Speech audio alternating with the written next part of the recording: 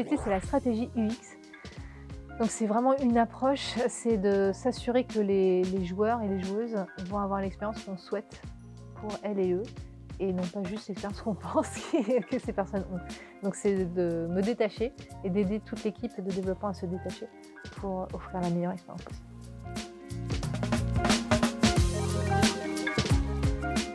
Les questions qui m'ont été posées étaient vraiment super. On sent vraiment qu'il y a cette envie de comprendre.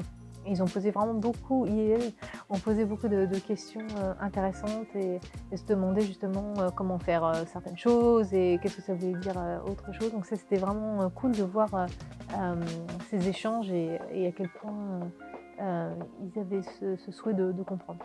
Ça m'arrive pas toujours d'avoir des étudiants qui posent autant de questions, et là c'était vraiment agréable.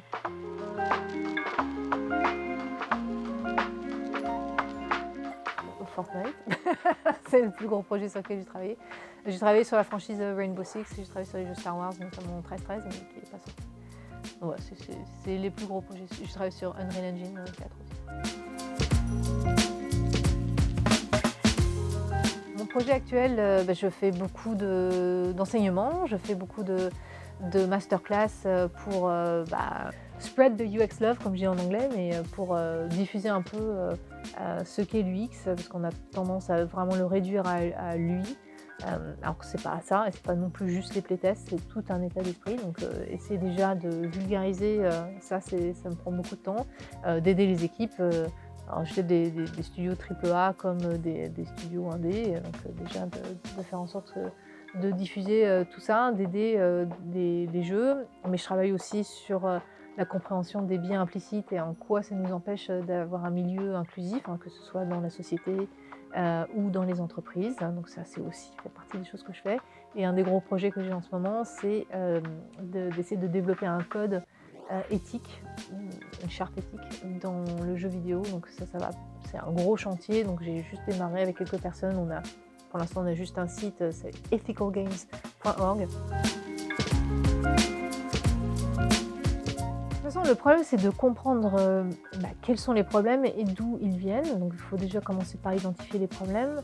Mais il y a des exagérations, notamment on en a parlé avec l'addiction du jeu vidéo, et surtout des gens qui vont exagérer le fait que les jeux vidéo, ça rend addict, ça rend violent. Donc il y a beaucoup de panique morale autour du jeu vidéo, plus particulièrement.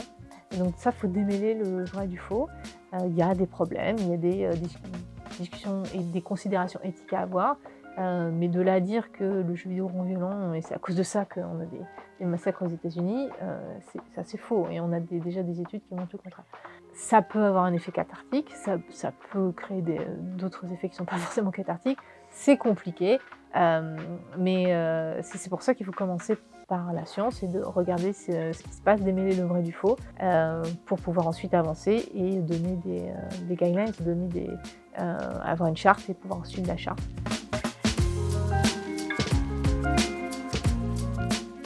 Les derniers jeux qui m'ont pas mal occupé, c'était Deathloop, que j'ai beaucoup aimé l'année dernière.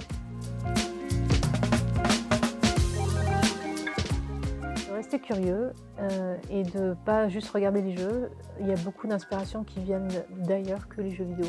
Donc il faut être curieux et surtout se détacher de sa propre perception et de s'ouvrir l'esprit à ce niveau-là.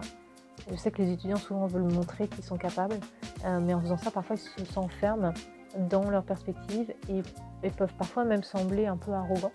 Ça peut être un problème et ça peut même les empêcher de progresser, parce que du coup ils s'empêchent de poser des questions ou ils s'empêchent de se remettre en question parce que ça peut paraître comme de la faiblesse.